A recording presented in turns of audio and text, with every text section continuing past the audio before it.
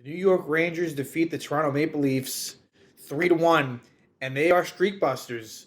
As against the New Jersey Devils, they had an 11-game road winning streak that was snapped, and the Toronto Maple Leafs had a point streak of 15 straight. They were 12-0-3 in their last 15 games. So this is the first regulation loss for Toronto since November 11th, and I believe their first regulation road loss since October. So the Maple Leafs were coming in really hot, and not only that, but Mitch Marner, his 23 game point streak over as well. So that might be maybe in Leafs fans maybe the biggest deal. Like that's a pretty crazy streak that he had gone. And this was a game where the Rangers were just played a solid, steady game. They didn't really have much in the way of offensive chances.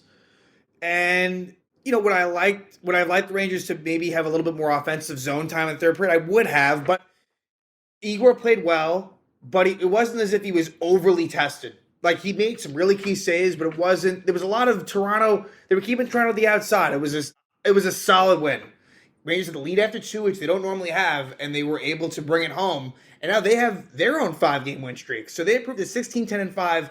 And the night really belonged to former Maple Leaf, and he wasn't there for long, but Jimmy Vesey with 2 goals. One of them was an empty net goal, but one of them was the game winner in the second period. A really nice goal, actually, where he cuts to the net and goes top shelf and tucks it in under the crossbar against Matt Murray. But the Rangers should feel good about things. Again, I feel like when the Rangers were losing at points, they were a bit unlucky, and I think in this winning streak, the offensive firepower hasn't always been there, but they're just finding ways to win again. Part of that is Shesterkin, but also special teams was fantastic tonight. 1 for 1 on the power play, and the penalty kill, 3 for 3. And the Maple Leaf, obviously they're pretty lethal in terms of what they have out there. Austin Matthews off the score sheet. I mean, that's impressive, and he had some chances, but it was the second power play unit that scored the first time this season, where Philip Chytil, it was almost like a Brian Leach against the Canucks in Game 7 looking goal. Nice pass by Kakko, and Chytil scores again. So that, the Chytil, his hot streak continues. But this was big. The Rangers this weekend will play the Philadelphia Flyers in Philly and then at Chicago.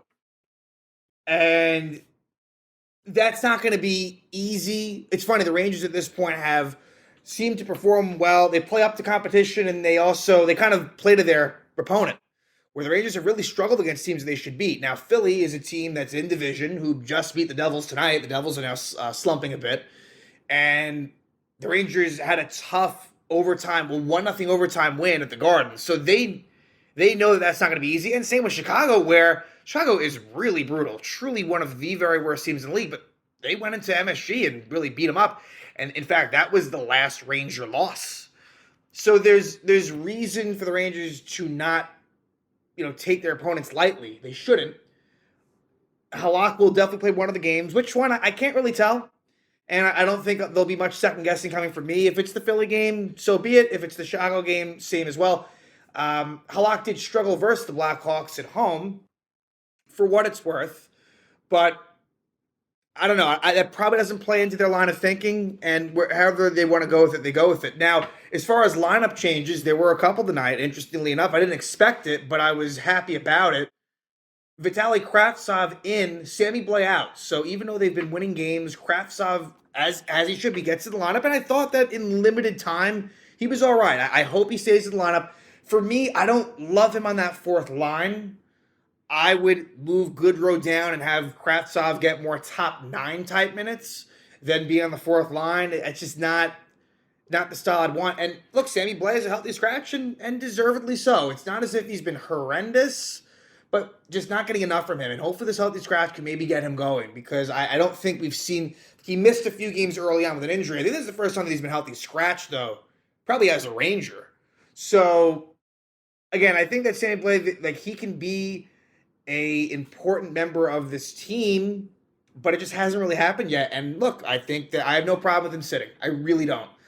And On defense, Ben Harper makes his Ranger debut and Libor Hayek sits. Thought Harper was okay. It's funny, he has the same number as Jarrett Sonority, number 5, and they're physically kind of very similar too. Big defenseman, not very mobile. Ben Harper played on the Ottawa Senators and Nashville Predators. Harper, it's probably not remembered, but he did face the Rangers in the 2017 playoffs he was probably just about a rookie at that point for Ottawa. So, I guess for now it'll be a combination of Harper and Hayek. Neither of them are the answer. So if Hayek comes back in the lineup, no complaints. You can go either way. I wasn't blown away by what Ben Harper did, but they'll probably get the first crack at it against Philly. They won. I think he would. But again, don't be surprised if one game it's Harper, one game Hayek. For me, I would like to see Braden Schneider get more of an opportunity than Trouba. That didn't really happen in this game, where Trouba is back with Miller. We'll talk about Trouba. There were some more mistakes that happened, but that's what they're going to go with. And I don't love that. I would try Miller with Schneider, but that's just me. And then as far as, like I said, with the forwards, I would have Kravtsov. I'm not necessarily saying that it should be Kravtsov with Panarin and Zibanejad. I brought that up last episode, and it's intriguing. I don't know if defensively, I don't know if you can trust that. But I certainly think that Goodrow should move down to the fourth line, and Kravtsov should get an opportunity to be not in a grinding type of role, to be on a line that could actually score. So it'll be interesting to see what they do moving forward and who sits, the next game. Probably Sammy Blais, but you never know what direction they could go with it. But let's talk about the game. Igor Shesterkin versus Matt Murray. Matt Murray's been really good as a Toronto Maple Leaf, and he, and tonight it wasn't really his fault. I think the goals that were scored were goals that most goalies are going to give up. But Rangers get an early power play. It was the only one they'd have all night, and it happens to be a drawn penalty by Julien Gauthier, which you haven't seen in a while.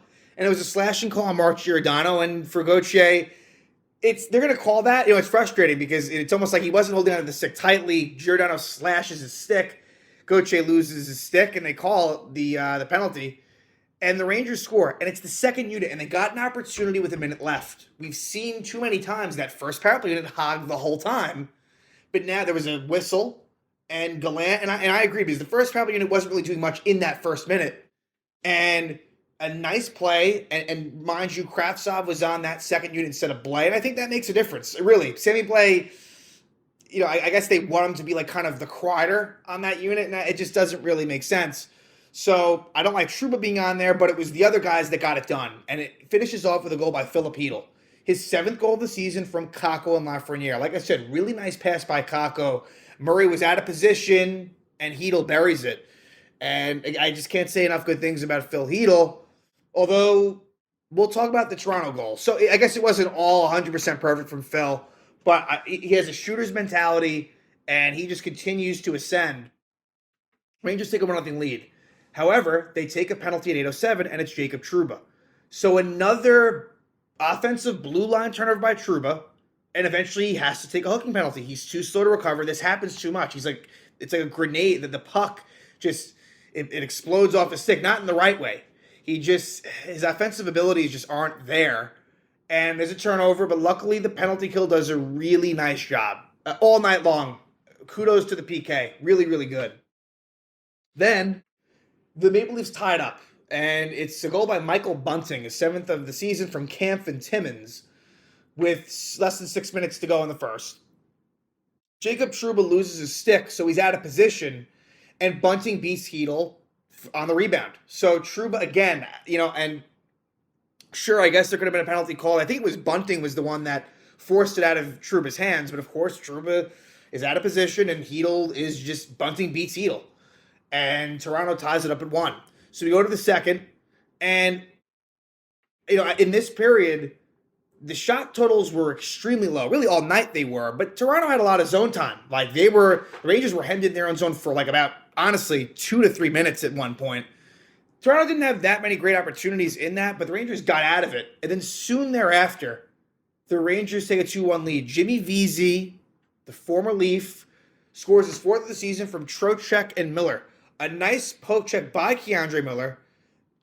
The puck goes to Trocheck in the neutral zone, And then Jimmy Vesey is able to go in all alone, kind of good positioning by him, and he's able to tuck it above Murray and under the crossbar. A really nice goal by Jimmy Vesey, and for him, it's been a good story. I still am of the belief that I think he plays a little bit too much. Tonight, 15 minutes, like Jimmy Vesey plays a lot. But hey, look, on a night like tonight, you can't complain.